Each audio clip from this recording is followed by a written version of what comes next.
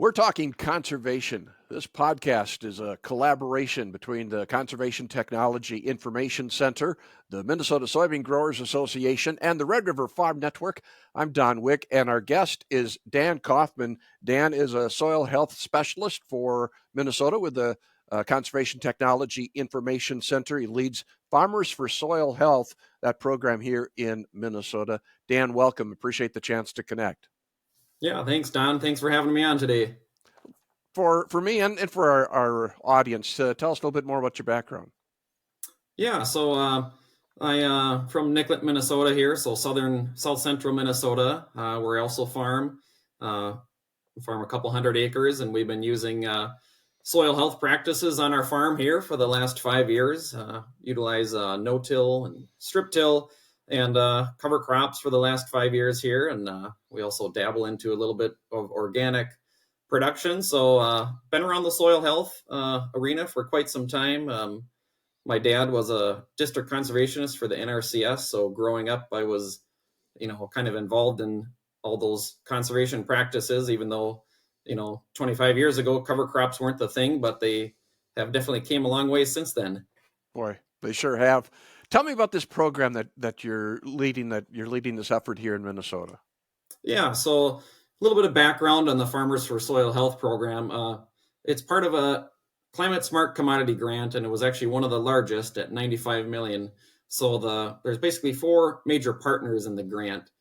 So we got the National Corn Growers Association, the National Pork Checkoff, and the National Soy Checkoff. Those are the 3 main commodity organizations that are a part of the grant. And then as well as the National Fish and Wildlife Foundation. They're more of the fiscal agent of the grant, so they're the ones handling the finances and money. So basically, the program covers 20 states, so from North Dakota down to Kansas, all the way to the East Coast. And the goal of the program is to increase cover crops to 30 million acres by the year 2030. So that's a big goal of the program, and we're excited to be a part of that. So my organization, CTIC, we are handling the technical assistance portion in South Dakota, Minnesota, and Wisconsin. So we've hired people like myself, soil health specialists for South Dakota, Minnesota, and Wisconsin to handle that technical aspect of it, because it's kind of a 2-part program. There's the financial assistance side and then the technical assistance side. So that's where we come in. Let's get into the nuts and bolts of it. What are some of the requirements for a program like this, Dan? Yeah, so just a couple key requirements. So obviously with the program, we want new cover crop acres, and our definition of a new cover crop acre is something that's not planted to NRCS code 340, the cover crop practice standard specs. So if you haven't seeded a cover crop or haven't seeded up to those specs, you're eligible for our program. So that's kind of step 1. And then basically from there, it's pretty easy. It's a 3-year commitment. So farmers are signing up for 3 years. It's not a contractual commitment, maybe such as like an NRCS EQIP program. So if something comes up, or if you don't plant cover crops on your farm, we totally understand that. So we're really enjoy working with the farmers that way. And then basically by signing up for the program, it's a $50 per acre incentive payment. And that payment is split over 3 years. So you'll receive $25 the first year, $15 the second year, and $10 that third year. And the reason for the descending payment scale is that it takes about 3 years for kind of the soil and the economics to get turning in a positive direction for the cover crops to provide that positive ROI. Some people see it sooner, some people maybe see it a year later, but the overall goal of the program is that by year 4, when there's no incentive payment, the farmer is basically kind of weaned off that incentive payment, so they're ready to do it by themselves. So that's the reason for that, descending payment schedule. We all need a helping hand, I think, when we go through something like this. And you guys have cover crop coaches. You're part of this process. General Mills has been a big booster of this effort, if I'm understanding correctly. Tell me about that Yes. effort.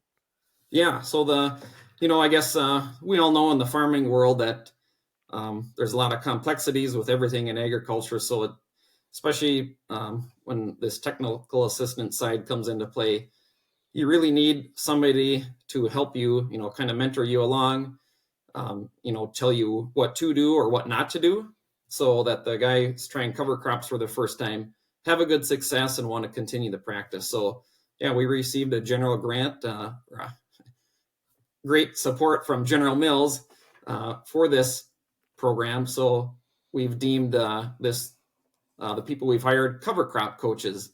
So we've hired 3 in each state, 3 in South Dakota, 3 in Minnesota, 3 in Wisconsin, and they're going to be the technical assistance helpers to our position to really help mentor the farmers and provide that one-to-one farmer peer learning. A lot of these guys are cover crop champions, I'll call them themselves. So they've been doing, cover crops a long time, maybe other conservation practices such as no-till or strip-till or things like that. So, they've got, actual on-farm experience and can really help a new guy who's wondering, hey, how do I set up my planter? Hey, how do I terminate this cover crop? Can I plant green? What are my neighbors going to think? All those things that are rolling through your head when you're trying something new. These guys have been there, done that, and they're, a phone call away. They can go to a farm visit, text, email, they're very available for our farmer enrollees. So that's going to be a big boost for the technical assistance side as we administer this program.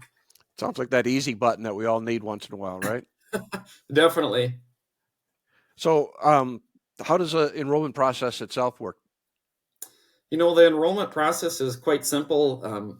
I guess internally, we like to say that enrollment is easier than auto steer. Takes about a half hour maybe to enroll your farm.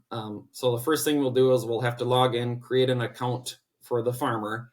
And then their enrollment can happen one of 2 ways. So the farmer can self-enroll. It's pretty self-explanatory to walk through that process. Or I guess what we like to do is, come out to the farm, sit in their shop at their kitchen table, really, walk them through the process and, in that time, answer any questions that they have. But so, yeah, like I said, first thing, create an account.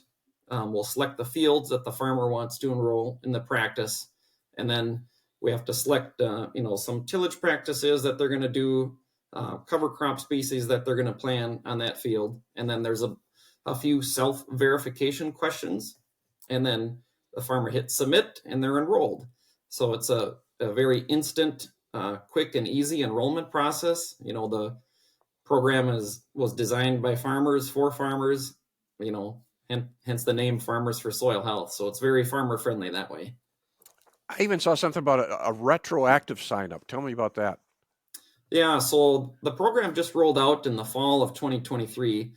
So up until March of 2024, we could retroactively sign up farmers that planted cover crops in 2023. So that was a very nice, I'll say, bonus of the program, that especially that first enrollment year that kind of got going late in 2023.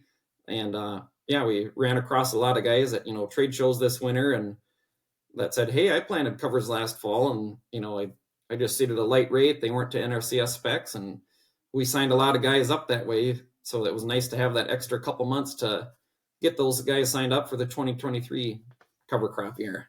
Very cool. What kind of feedback have you had from farmers at this point? You said you've been talking to growers through the winter season, trade shows and such.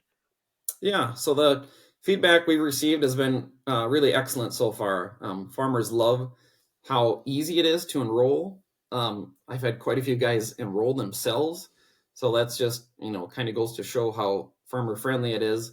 And they really like that there's, I'll say maybe not a lot of strings attached to the programs. It's not super contractual. Of course, you have to seed your cover crops and, do what you say you're going to do, but, really no paperwork, so to speak, compared to some other programs out there. And they really like having the technical assistance from our cover crop coaches, or, even visiting with myself, having cover crop experience on my own farm. So that's been really great.